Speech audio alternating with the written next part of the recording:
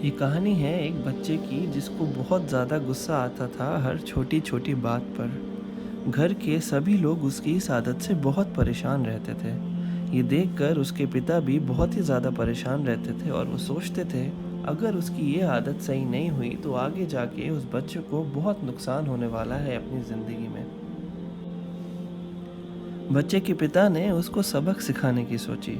उन्होंने उसको कुछ कील और हथौड़ा दिया और कहा, हम एक एक्टिविटी करेंगे जिसमें तुम्हें बस 1 महीने तक गुस्सा कम करना है और उसके बाद तुम चाहे जितना गुस्सा कर सकते हो कर सकते हो। जब भी तुम्हें गुस्सा आए और तुम किसी से बुरी तरह बोल दो तो एक कील दीवार में जाके लगा देना और कोशिश करनी है गुस्सा कम करने की। लड़का तैयार हो गया। उसे जब भी गुस्सा आता था और वह किसी से कुछ बोल देता था तो एक कील दीवार में जाके लगा देता था। पहले दिन उसने दीवार में 30 कील लगा दी, पर धीरे धीरे दीवार में लगने वाली कील कम होने लगी। 14 ही दिन में उस लड़के ने सबसे बुरी तरह बात करना कम कर दिया था। वो अपने पिता के पास वापस गया और कहा, पिताजी मैंने सारी कील लगा दी हैं जो आपने मुझे दी थी और मैंने गुस्सा भी करना कम कर दिया है।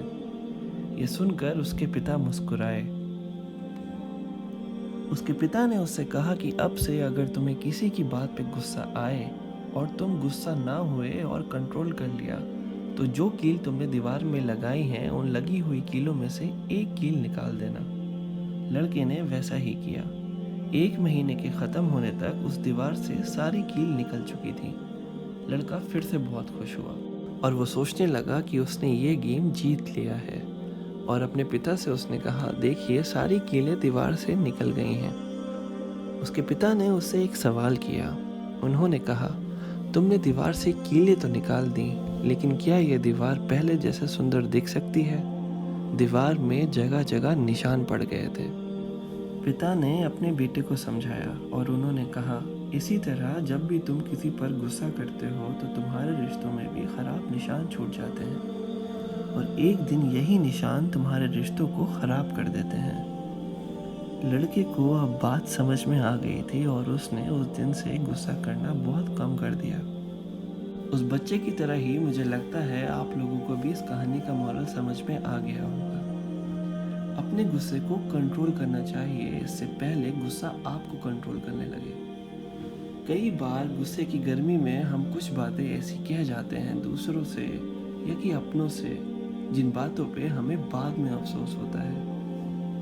ये अल्फाज या ये शब्द एक बुलेट की तरह होते हैं जो एक बार जुबान से निकले तो कभी वापस नहीं लिए जा सकते।